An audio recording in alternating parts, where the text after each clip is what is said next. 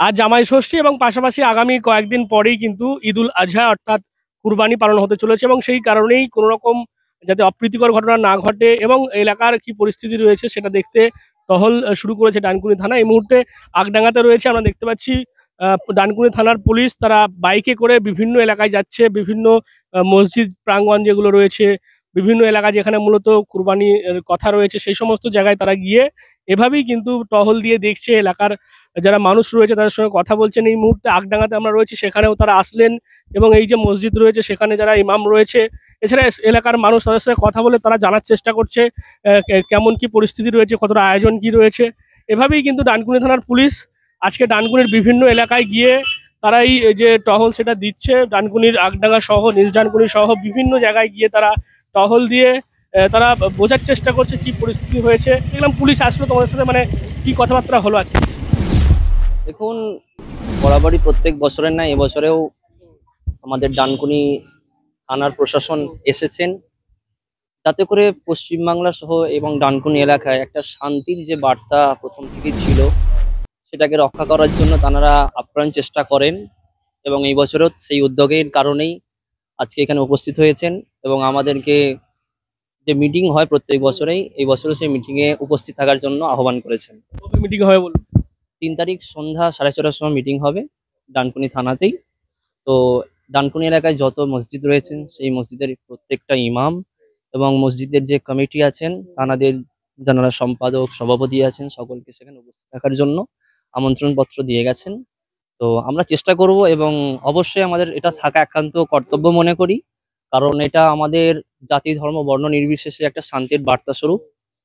এবং আমরা চাই আমাদের পশ্চিমবাংলায় দীর্ঘদিনের যে ঐতিহ্য একটা ছিল, শান্তি ছিল বাঙালির মধ্যে, সেটা রক্ষা করতে এবং সেই প্রচেষ্টা নিয়েই সকলের উৎসব আমরা আমাদের নিজেদের উৎসবের সাথে সাথে সকলের মধ্যে সেটা ভাগাভাগি করে নেওয়ার চেষ্টা করব, আনন্দটাকে তারই বার্তা স্বরূপ আমরা যাওয়ার চেষ্টা করব। এবং আপনাদের কি কোনো খোঁজ খবর নিল মানে এলাকায় কোনো রকম কোনো?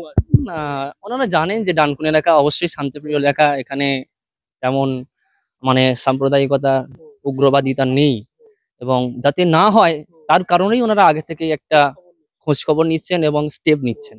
এবং আমরাও চাইবো তাদের যে সহযোগিতার প্রতি আমরা সন্তুষ্ট হয়ে তাদের সাথে কাঁধে কাঁধ মিলিয়ে এই সাম্প্রদায়িকতার বিরুদ্ধে রুখে দাঁড়াতে।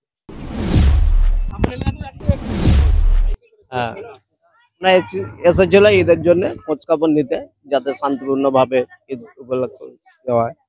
আমাদের এখানে শান্তিপূর্ণ এলাকা, কোনো ঝামেলা টামেলা সেরকম নেই, এই শান্তিপূর্ণ ভাবে যেন ঈদটা কাটে এটা আশা করি। পুলিশের এই ভূমিকা মানে আগে থাকতেই যে পুলিশ টহল দিচ্ছে, খোঁজ খবর নিচ্ছে, কেমন লাগছে? পুলিশ টহল দিচ্ছে, এটা ভালো লাগছে, খুব ভালো লাগছে। পুলিশ যাতে সহযোগিতা করে, আমাদের সহযোগিতা পায় আশা করি ঠিকই আছে। এখানে মানে এখানে নামাজ হয়? হ্যাঁ, এখানেই নামাজ হয়, এখানে ওইখানেও নামাজ হয়, 2-3 জায়গায় নামাজ হয়, সব জায়গায় নামাজ হয়, শান্তিভাবে নামাজ হবে এবং আমরা সকলেই শান্তিভাবেই নামাজ পড়তে চাই। আমার নাম শেখ ইসলাম। তো বুঝতেই পারছি যারা ইমাম রয়েছেন মসজিদের বা এলাকার মানুষ তাদের সঙ্গে এভাবেই পুলিশ কথা বলছে এবং এই মুহূর্তে আগডাঙ্গার বেশ কিছু এলাকা, বেশ কিছু মসজিদ তারা ঘুরে দেখলো এবং এছাড়াও তারা ডানকুনি থানা এলাকার বিভিন্ন জায়গা আমরা যেমনটা জানতে পারছি সমস্ত জায়গাতে তারা এভাবে যাবেন এবং সেখানে গিয়ে তারা কথা বলে জানার চেষ্টা করবেন কোনো রকম কোনো অশান্তি হওয়ার কোনো আশঙ্কা রয়েছে কিনা বা কোন কোন জায়গায় কি কি পুলিশি নিরাপত্তা দেওয়া দরকার রয়েছে। বিশেষ করে যদি দেখা যায় ঈদুল আজহার যে নামাজ রয়েছে সেই নামাজ কোথায় কোথায় হবে, সেখানে কি কি পুলিশি ব্যবস্থা করা উচিত, সেগুলো কিন্তু এভাবেই পুলিশ আগে থাকতেই আজকে ডানকুনির বিভিন্ন এলাকায় বাইকে করে তারা টহল দিয়ে বোঝার চেষ্টা করছেন এবং কথা বলছেন ইমামদের সঙ্গে। এবং যেমনটা জানালেন যে আগামী 3 তারিখে ডানকুনি থানার পক্ষ থেকে ঈদুল আজহা অর্থাৎ কুরবানি উপলক্ষে একটি আলোচনারও আয়োজন করা হয়েছে, সেখানেও কিন্তু ইমাম মুয়াজ্জিন বা এলাকার যারা বিশিষ্ট মানুষ রয়েছেন, যারা প্রতিনিধি রয়েছেন সরকারি আধিকারিক, তাদেরকে নিয়ে একটা আলোচনাও হবে যাতে সুষ্ঠু এবং সুন্দরভাবে এই ঈদুল আজহা অর্থাৎ কুরবানি এই ডানকুনিতে পালন হতে পারে। সেই কারণেই আপনারা কি বলুন এই বিষয় নিয়ে অবশ্যই কমেন্ট করুন কমেন্ট বক্সে। আর এরকম আরো খবর পেতে নজর রাখবেন ডিএনএর বাংলায়। ডিএনএর বাংলা সবার মনে সবার ফোনে।